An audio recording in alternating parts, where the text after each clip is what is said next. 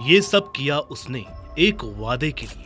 उस स्पॉन्सर के पसीने छूट गए पर उसका संकल्प नहीं टूटा। जब एक वादा पैसों से बड़ा हो गया और इसलिए पूरी टीम के स्पॉन्सर थे, पर सचिन के बैट पर कोई स्टिकर नहीं था, कम तो वो भी किसी से नहीं था। लेकिन उसने अपने धर्म को, अपनी वैल्यूज को, नशीले पदार्थों की ब्रांडिंग, अल्कोहल की लोगो वाली वो करोड़ों की चकाचौंध वाली डील के नीचे कुचलने नहीं दिया। इसलिए वो खास प्लेयर बन गया और बाकी आम ही रह गए। दोस्तों, क्रिकेट एक ऐसी गेम है जहाँ कुछ भी हो सकता है। आपने वो फ्रेज तो सुनी होगी कि cricket is a game of great uncertainties, क्योंकि यहाँ पर कब हो जाए, किसकी जीत हार में बदल जाए, पता नहीं चलता। और कई बढ़िया राइवलरीज जो यहाँ देखने को मिलती है, उसे देखने में एक अलग ही नजारा है। राइवलरी किसी की भी हो सकती है, दो टीमों की, दो खिलाड़ियों की, बल्लेबाजों की गेंदबाज से, गेंदबाज का गेंदबाज से, गेंदबाज का बल्लेबाज से, और तो और दो टीमों के टॉप बल्लेबाजों में भी कंपटीशन होता है। यही तो देखने फैंस ग्राउंड पर आते हैं। और जो इन सबसे एंटरटेनमेंट मिलता है तो बंदा अपनी सारी टेंशन, सारा गम भूल जाता है। तभी तो इस खेल की इतनी लोकप्रियता है।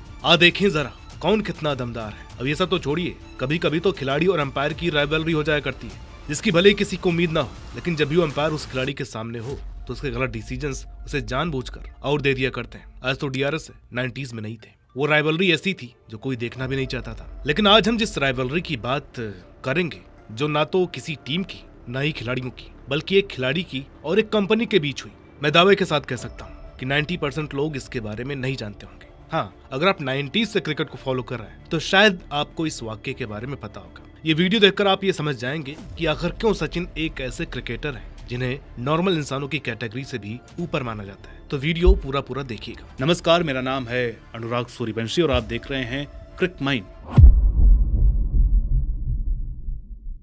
ये बात है उस दौर की जब क्रिकेट की लोकप्रियता अपने चरम पर जा रही थी। एशियन सबकॉन्टिनेंट में, खास तौर पर भारतीय लोगों में इस खेल के लिए उत्साह, प्यार दिन ब दिन बढ़ता ही जा रहा था। विश्व क्रिकेट में कई एशियन खिलाड़ी ग्लोबल स्टार बन रहे थे, जैसे जयसूर्या, वसीम अकरम, वकार यूनिस, सईद अनवर। लेकिन इन सबसे बड़ा सितारा, हर फैन का प्यारा था सचिन रमेश तेंदुलकर। अक्सर आपने लोगों को ये कहते सुना है कि विराट रोहित को क्रिकेट ने फेमस किया, लेकिन सचिन ने क्रिकेट को फेमस किया। तो बात है मिड 90s की, जब क्रिकेट में एंट्री हुई कुछ टोबैको ब्रांड्स की, जिनका दबदबा ऐसा था कि कोई भी क्रिकेट बोर्ड, कोई टीम, यहाँ तक कि कोई खिलाड़ी भी इस प्रकोप से बच नहीं सका। और आलम कुछ ऐसा था कि ये लोग क्रिकेट के अधिकतर टूर्नामेंट टीमों को स्पॉन्सर करते थे, बल्लेबाजों के भी बैट पर स्टिकर लगाया करते। यही कारण था कि क्रिकेट टीमों की किट्स में आपको उस समय की एक मशहूर सिगरेट कंपनी विल्स के लोगो दिख जाएंगे। बल्लेबाजों के बल्ले पर विल्स के स्टिकर देखने को मिल जाएंगे। विल्स या 4 स्क्वायर के स्टिकर अधिकतर बल्लेबाजों के बल्ले पर पाए गए। कारण साफ था, विल्स जो कि एक सिगरेट कंपनी थी, अपनी मार्केटिंग पर भारी फंड्स लगा रही थी। उन्होंने बहुत पैसा लगाया ब्रांड प्रमोशन पर, और उसमें क्रिकेट से बड़ा केंद्र कोई नहीं था। अपने बिजनेस को एक्सपेंड करने के लिए विश्व भर के लोग क्रिकेट देखते, जर्सी पर लगे उस लोगों को खोजते और फिर पूरी दुनिया सुट्टा मारती। बल्ले, फिर टीम, और फिर सबसे बड़ी जीत हुई विल्स ब्रांड की, जब इन लोगों ने पूरे 1996 वर्ल्ड कप को ही स्पॉन्सर कर दिया। यही कारण है कि आप 1996 वर्ल्ड कप के ऊपर विल्स लिखा पाएंगे। भारतीय टीम को भी ऑफर मिला, BCCI को अच्छी खासी रकम चढ़ाई गई और भारतीय टीम की जर्सियों पर विल्स के स्टिकर पाए गए। और सभी बॉक्स टिक करने के बाद अब बस जरूरत थी एक मेगा स्टार की, जो इस ब्रांड का फेस हो। तो सचिन को अप्रोच किया गया, बहुत ही भारी भरकम रकम ऑफर की गई। मगर सचिन, जिन्होंने अपने पिताजी से वादा किया था कि वो जीवन में कभी भी टोबैको ब्रांड या अल्कोहल को प्रमोट नहीं करेंगे, क्योंकि उनके पिता ने उनसे कहा था कि आप एक रोल मॉडल हो और जो आप कहेंगे दुनिया उसी को फॉलो करेगी। सचिन ने ये ऑफर ठुकरा दिया और आलम कुछ ऐसा रहा, जहां बाकी टीम के बाकी 10 बल्लेबाजों के बल्ले विल्स के स्टिकर से सजे थे, सचिन पूरा वर्ल्ड कप बिना स्टिकर के बैट से खेलते रहे। अब आपको विश्वास ना हो तो उस वर्ल्ड कप की कोई भी पारी उठा करके देख लीजिए। यही नहीं, इन्होंने तो BCCI से अपनी जर्सी से विल्स का लोगो तक हटाने की गुजारिश की, पर BCCI का वहां पर भारी नुकसान हो जाना था। और सचिन के इस बायकॉट से जो रातों रात ब्रांड इमेज गिरती विल्स की, वो उसे अफोर्ड नहीं कर पाते। विल्स ने तो सचिन को अपना ब्रांड एम्बेसडर बनाने के लिए भी अप्रोच किया, पर सचिन के संकल्प के आगे उनकी एक भी नहीं चली। उस एक वायदे को बचाने के लिए सचिन ने ढेर करोड़ों की डील को ठुकरा दिया और पूरा वर्ल्ड कप ऐसे ही निकाल दिया। ऐसे और भी कई ऑफर आए, यहाँ तक कि टोबैको कंपनी उन्हें ब्लैंक चेक देने को तैयार थी, पर सचिन कभी डिस्ट्रैक्ट नहीं हुए। एक और वाकया हुआ 2010 में, जब UB ग्रुप ने उन्हें अप्रोच किया। सचिन का स्टैंड वही था, उन्हें लुभाने के लिए तो स्पॉन्सर का एक ऐसा ऑफर आया जो कोई और होता तो मना नहीं कर पाता। अभी तो आप जानते ही होंगे कि 2017 से 2025 विराट और MRF की 100 करोड़ की डील है, यानी एक साल के 12.5 करोड़ रुपए, और सचिन को 20 करोड़ मिल रहे थे। जैसे चाहे वैसे, चाहे सारे मैच मत खेलो, बस थोड़े मुकाबले में स्टिकर लगा दो। पर सचिन की यहाँ भी ना, इसकी महाराष्ट्र सरकार ने खूब सराहना की जो होनी भी चाहिए। तो ऐसे थे सचिन पाजी, जिन्होंने 24 साल के अंतर्राष्ट्रीय करियर में कोई भी टोबैको या अल्कोहल का प्रमोशन नहीं किया, कभी अपने आदर्शों के ऊपर पैसों को नहीं रखा और उस वादे पर ऐसे सैकड़ों डील कुर्बान कर दिए, मुंह मांगी रकम भी ठुकराई। कहना सुनना तो आसान है, लेकिन इतना सख्त रहना मुश्किल है, और इसलिए सचिन सचिन है। जब बाकी सब अलग है, इनका लेवल टॉप था और रहेगा, कम से कम इस मामले में हमेशा। और 1996 की सचिन वर्सेस विल्स राइवलरी आज भी कल्ट है, जिसने करोड़ों फैंस और क्रिकेटर्स का दिल जीता। कमेंट करके बताइए कि क्या आपको इस राइवलरी और आखिर क्यों 1996 में इनका बैट स्टिकर लेस था,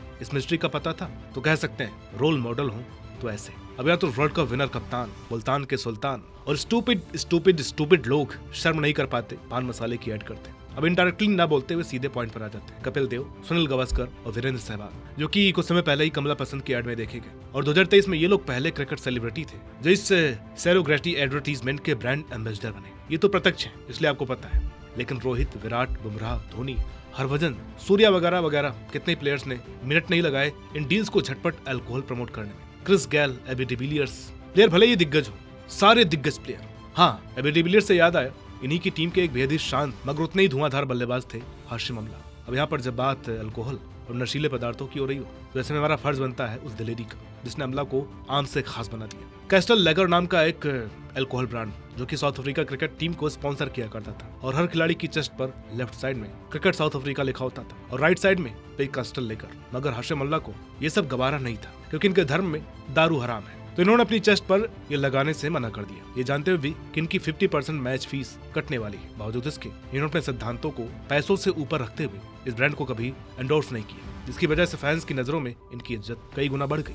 और इसी से इनके साथी खिलाड़ी इमरान ताहिर को भी अच्छी मोटिवेशन मिली और इन्होंने भी अपने करियर में इस सिद्धांत को फॉलो किया। इन लोगों का नाम इसलिए भी इतना हुआ क्योंकि इन्होंने वो हिम्मत, वो दिलेरी रखी, इंटरनेशनल क्रिकेट में भी अपने वैल्यूज, अपने एथिक्स को गिरने नहीं दिया। यहाँ पर उल्लेख कुछ ऐसे खिलाड़ियों का भी आता है जिन्होंने डोमेस्टिक में या फिर काउंटी लेवल पर भी इन वैल्यूज को कायम रखा, जैसे फहीम अशरफ को 2019 में नॉर्थम्पटन शायर ने इंग्लैंड की प्रमुख टी20 प्रतियोगिता T20 ब्लास्ट में खेलने के लिए अपनी टीम में शामिल किया था।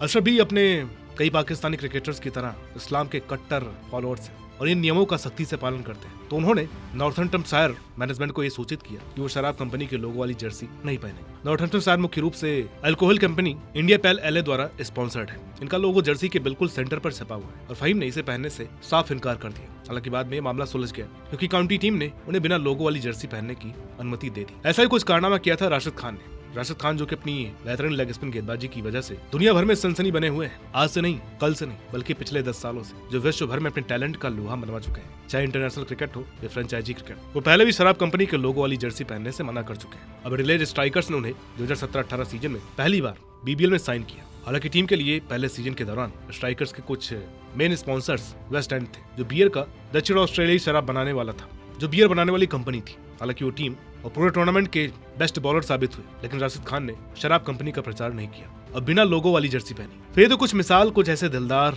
और कुछ दिलेर खिलाड़ी जिन्होंने अपने धर्म, अपनी मोरल वैल्यूज और एथिक्स को पैसे से भी ऊपर रखा और करोड़ों की डील भी ठुकरा दी। किसी ने एक वादे के लिए तो किसी ने अपनी जमीर के लिए। और देखना बहुत अच्छा था कि विश्व के किसी भी कोने में खिलाड़ी खेले, दौर कैसा भी रहा, मगर इनका संकल्प नहीं बदला।